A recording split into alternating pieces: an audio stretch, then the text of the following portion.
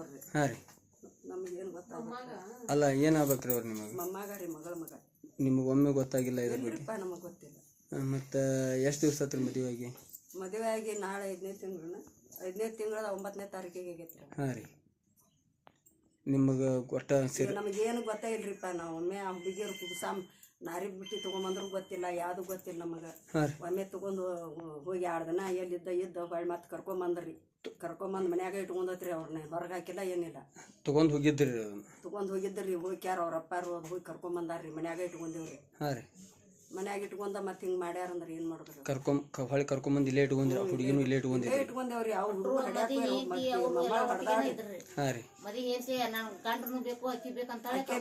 ಕರ್ಕೊಂಬಂದಾಡ್ರಿ. ನಿಮ್ಮ ಮನ್ಯಾಗಿನವ್ರದ್ದು ಯಾರ್ದು ಏನು ಪ್ರೆಷರ್ ಇಲ್ರಿಪ್ಪ. ನಮ್ಮ ಹಳೆಯ ಮಗಳು ಹುಡುಗಿ ಎಲ್ಲಿ ಹಿಡ್ದಾರ್ರಿ ಮರ? ಆಕೆ ಸಣ್ಣವನಿ ಅಂತ ಹಿಡ್ದಾಡ್ರಿ ಬೆಳಗಾದಾಗ. ಹಾಂ. ಇವ್ರು ಈಗ ತೀರ್ಕೊಂಡವ್ರ ಮಿಸ್ಸಸ್ ರೀ? ಮತ್ತೆ ಅವ್ರಿಗೆ ಯಾವ್ದೇ ತರ ಪ್ರೆಷರ್ ಅದು ಏನಿದ್ರಿಕಿಲ್ಲ ಹುಡುಗಿ ಮನೆಯವ್ರ ಕಡೆಯಿಂದ? ಏನು ಕೇಳಬಾರ್ದ್ರಿ. ಗಂಡ ಬೇಕಂತೇಳಿ ಅವ್ರ ಒಟ್ರು ಹಾಕಿ ಅಂತಮ್ರು ಹಾಕಿ ನಾವ ಕೊಡಿಸ್ತೇವ್ರಿ. ಏನು ಒಂದು ಕುದುರೆ ಅಧಿಕಾರ ಇಲ್ರಿ ಅವ್ರು. ಹಾಂ ರೀ.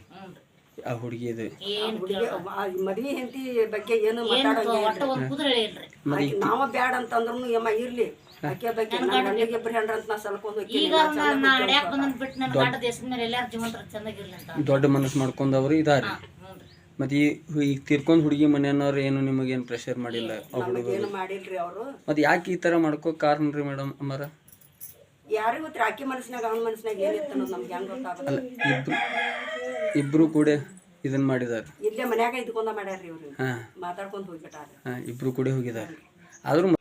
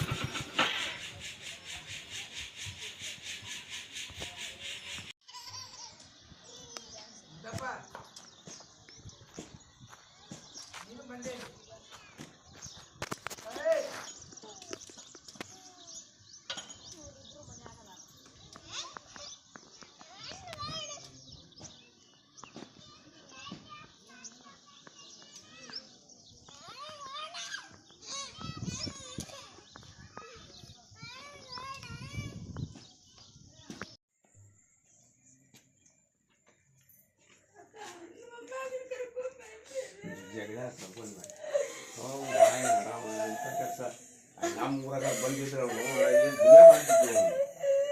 ಏನು ಅಲ್ಲೇ ಬರೋಣ ಮನೆ ಬರಕ್ಕೆ ಸಾಮಾನ್ಯ ಬಂದು